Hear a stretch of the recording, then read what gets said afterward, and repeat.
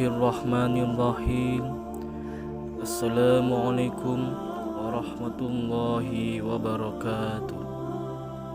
Hamdan wa syukronillah, salatan wa salaman daimaini ala rasulillah wa ala alihi wa sahbihi wa mawala. Amma ba'du. Pertama-tama marilah kita panjatkan puji syukur kehadirat Allah Subhanahu wa Ta'ala yang telah menganugerahkan berbagai kenikmatan kepada kita semua. Salawat serta salam semoga tetap tercurah kepada junjungan kita Nabi Muhammad Sallallahu Alaihi Wasallam serta para keluarganya, para sahabatnya, dan pengikut-pengikut beliau sampai akhir zaman.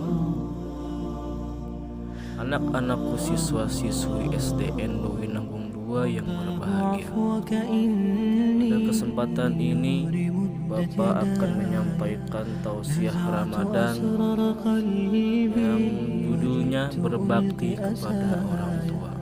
Anak-anakku siswa-siswi SDN Doi Nanggung 2 yang berbahagia, sebagai seorang muslim kita wajib berbakti kepada ibu bapak sebagaimana difirmankan Allah dalam Al-Quran surat An-Nisa ayat 36. Bismillahirrahmanirrahim. Wa'budullaha wa la tusyriku bihi syai'a wa bil walidaini ihsana. Al-ayah, yang artinya sembahlah Allah dan janganlah kamu mempersekutukannya dengan sesuatu apapun, dan berbuat baiklah kepada kedua orang tua. Ayat tadi memerintahkan kepada kita agar senantiasa menyembah Allah, Tuhan yang Maha Esa, dan berbuat baik kepada orang tua kita. Cobalah kita hitung jasa kedua orang tua kita, tentu tidak akan mampu menghitungnya, karena jasa mereka sangat besar tiada terkira. Begitu besarnya jasa orang tua kepada anak-anaknya, sehingga setiap kita yang masih memiliki orang tua diwajibkan untuk berbuat baik dan berbakti kepada kedua orang tua. Lantas, apa yang bisa kita perbuat untuk membalas semua jasa orang tua? Dapatkah kita membalasnya? Mungkin orang tua tidak pernah mengharapkan balasan apa-apa dari anaknya. Untuk itu, setiap anak diwajibkan berbakti kepada orang tua. Dalam agama Islam ada perintah untuk berbuat baik kepada ibu dan bapak dalam surat Al-Isra ayat 23. Bismillahirrahmanirrahim. Wa qadara rabbuka alla ta'budu illa iyyah wa bil walidaini ihsana imma yablughanna indal kibar ahaduhuma aw kilahuma fala taqul lahuma uffin wala tanharhuma wa qul lahuma qawlan karima. Artinya, dan Tuhanmu telah memerintahkan agar kamu jangan menyembah selain Dia, dan hendaklah berbuat baik kepada orang tua. Jika salah seorang di antara keduanya atau kedua-duanya sampai berusia lanjut dalam pemeliharaanmu, maka sekali-kali janganlah engkau mengatakan kepada keduanya perkataan "ah", dan janganlah engkau membentak keduanya, dan ucapkanlah kepada keduanya perkataan yang baik. Anak-anakku sekalian yang berbahagia, saat hamil, ibu selalu dalam kepayahan karena mengandung kita, sementara bapak bekerja siang dan malam untuk mempersiapkan kelahiran kita. Begitu pula saat lahir, mereka pun mencurahkan segala perhatian dan kasih sayang kepada kita. Bahkan sampai sekarang, kasih sayangnya tiada terkira. Subhanallah, betapa mulia jasa kedua orang tua kita. Dalam surat Luqman ayat 14, Allah berfirman, Bismillahirrahmanirrahim. Wa wassaynal insana biwalidayhi hamalathu ummuhu wahnan ala wahnin wa wa fisaluhu fi amaini an ishkur li wa liwalidaik ilayyal masir. Artinya, dan kami perintahkan kepada manusia agar berbuat baik kepada kedua orang tuanya. Ibunya telah mengandungnya dalam keadaan lemah yang bertambah-tambah dan menyapihnya dalam usia 2 tahun. Syukurlah kepadaku dan kepada kedua orang tuamu, hanya kepadakulah kamu kembali. Anak-anakku sekalian, suatu hari ada seorang sahabat bertanya kepada Nabi Shallallahu Alaihi Wasallam, siapakah yang patut memperoleh penghormatan terbaik dariku, wahai Nabi? Ibumu, jawab Nabi singkat. Lalu siapa lagi? Sahabat kembali bertanya. Ibumu. Nabi tetap memberi jawaban yang sama. Lalu siapa? Sahabat itu terus bertanya. Ibumu. Lagi-lagi Nabi memberi jawaban yang sama hingga 3 kali. Lalu siapa, wahai Nabi? Siapa lagi? Ayahmu. Itulah hadis Nabi tentang keutamaan seorang ibu, seorang yang telah mengandung kita. Anak-anakku sekalian yang berbahagia, ada sebuah kisah tentang Uwais Al-Qarni, seorang tabi'in yang kerap dijadikan contoh bagaimana seorang anak harus berbakti kepada orang tua. Berikut adalah kisahnya. Silahkan disimak baik-baik.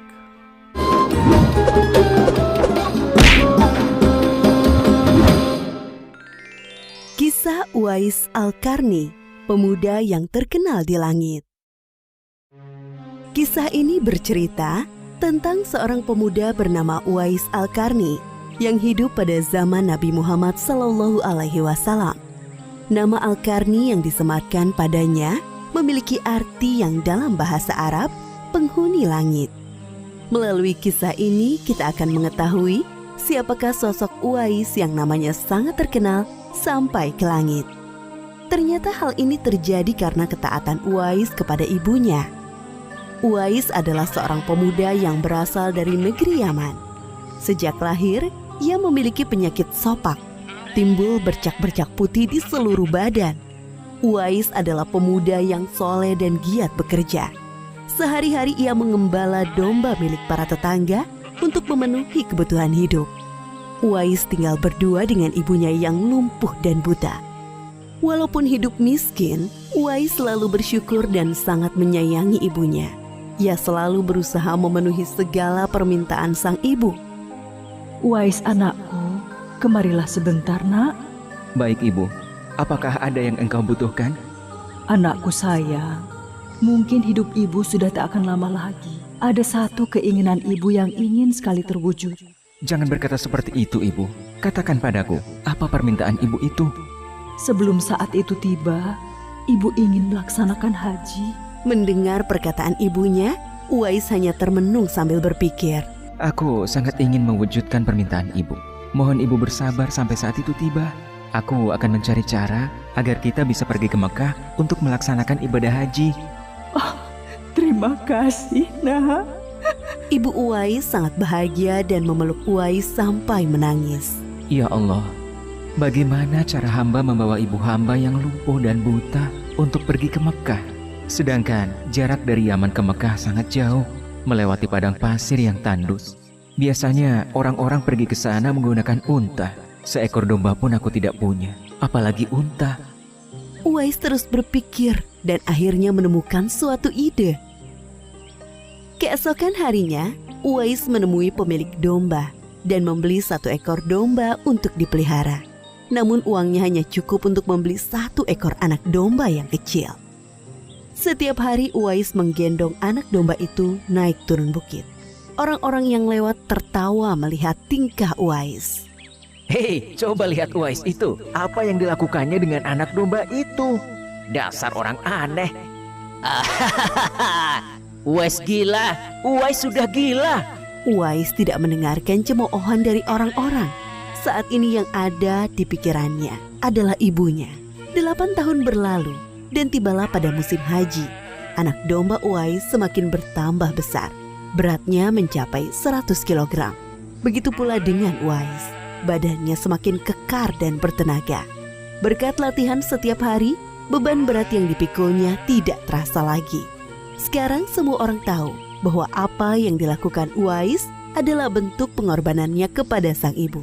Uwais menggendong ibunya sambil berjalan kaki dari Yaman menuju Mekah.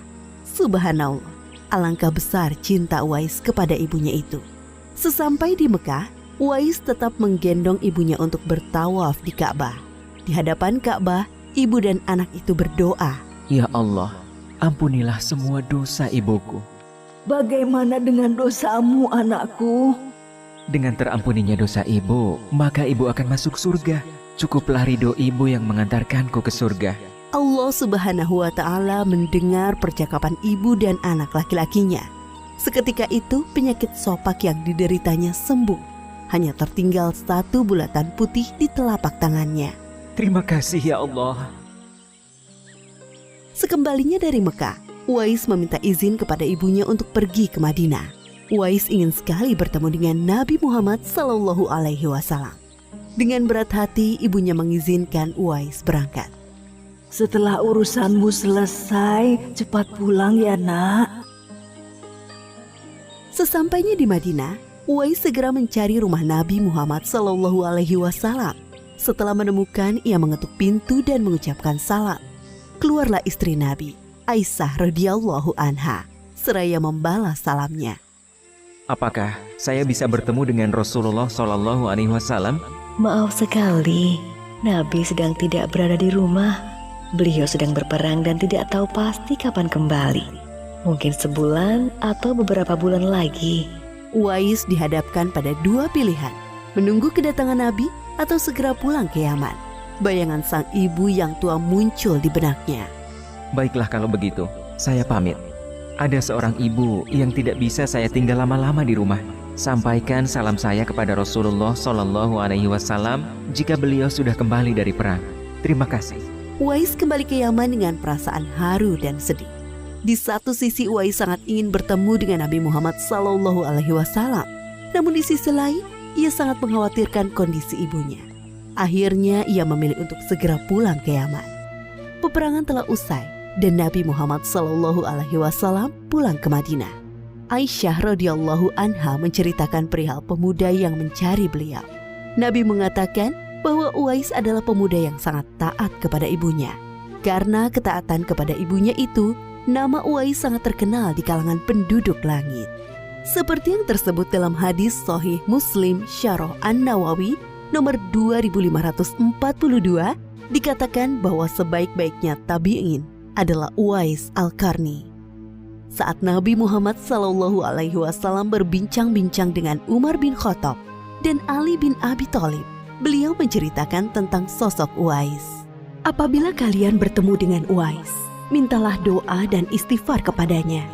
Dia adalah penghuni langit. Perhatikan di telapak tangannya ada tanda berwarna putih. Dulu sejak lahir ia menderita penyakit sopak. Namun atas kesalehan dan ketaatan kepada ibunya, Allah Subhanahu wa Ta'ala menyembuhkan penyakitnya. Sampai pada akhir kematian Uwais, terjadi hal yang menggemparkan. Banyak sekali orang yang hadir mengurus pemakamannya. Orang-orang itu adalah penduduk langit yang dikirim oleh Allah Subhanahu wa Ta'ala. Subhanallah, Maha Suci Allah, sungguh mulia sosok Uwais ini. Demikianlah kisah Uwais Al-Qarni, pemuda yang namanya terkenal di langit. Karena ketaatan pada ibunya, Allah Subhanahu wa Ta'ala meninggikan derajatnya. Dalam kisah ini dapat kita ambil pelajaran berharga bahwa kita harus berbakti kepada orang tua. Semoga kisah Uwais Al-Qarni ini menjadi pengingat agar kita selalu mendoakan kedua orang tua di setiap waktu dan menambah ketaatan kepada mereka. Nah, sebagai generasi soleh dan soleha, marilah kita berbakti kepada kedua orang tua kita dan senantiasa berdoa untuk mereka.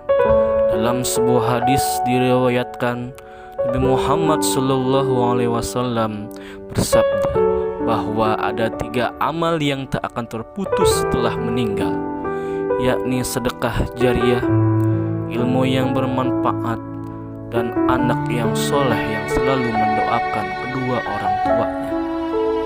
Anak-anakku siswa-siswi SDN Winangun 2 yang berbahagia, kesimpulan yang dapat kita ambil pada pelajaran kali ini adalah kita diperintahkan untuk berbakti kepada orang tua dengan cara pertama, selalu berbuat baik kepada orang tua kita seperti mematuhi perintahnya selagi perintah itu tidak bertentangan dengan ajaran agama. Kedua, selalu berkata dengan baik dan lembut, tidak berkata kasar atau yang dapat menyakiti hati orang tua kita. Ketiga, selalu mendoakan kebaikan untuk kedua orang tua kita di dunia dan di akhirat. Mungkin itu saja yang dapat Bapak sampaikan. Sebelum Bapak akhiri, ada renungan sedikit untuk kita agar lebih berbakti dan menyayangi kedua orang tua kita. Billahi taufiq wal hidayah. Wa'afu minkum. Wallahu muwaffiq ila aqwamit thoriq. Wassalamualaikum warahmatullahi wabarakatuh. Inilah renungan. Silakan disimak baik-baik.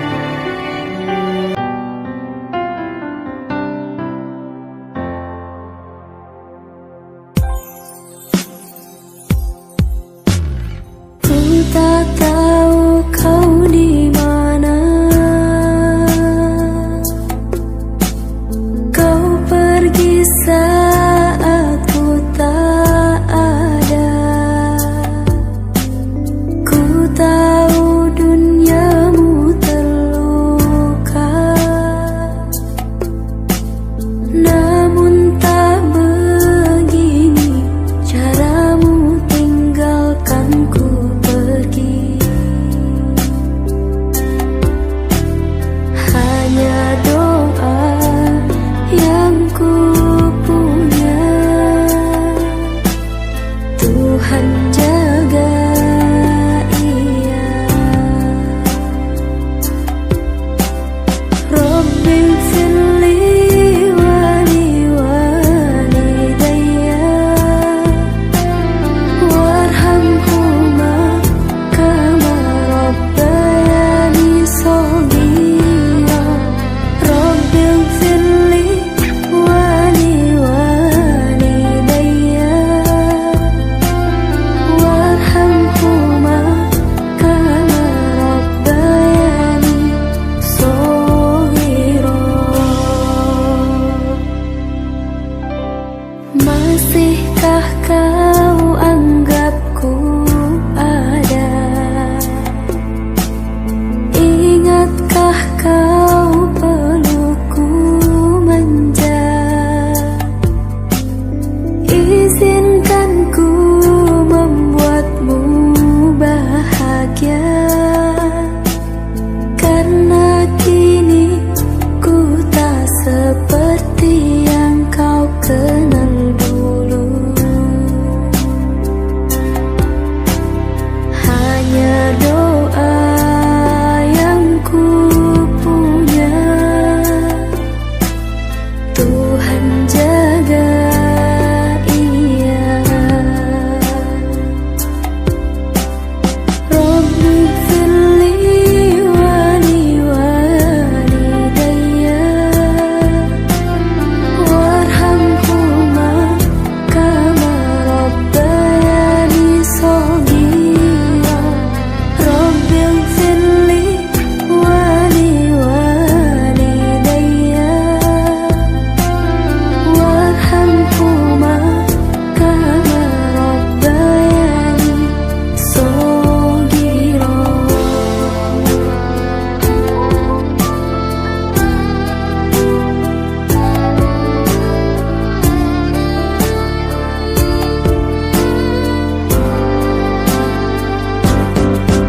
Jika kau masih di dunia, pulanglah kepadaku.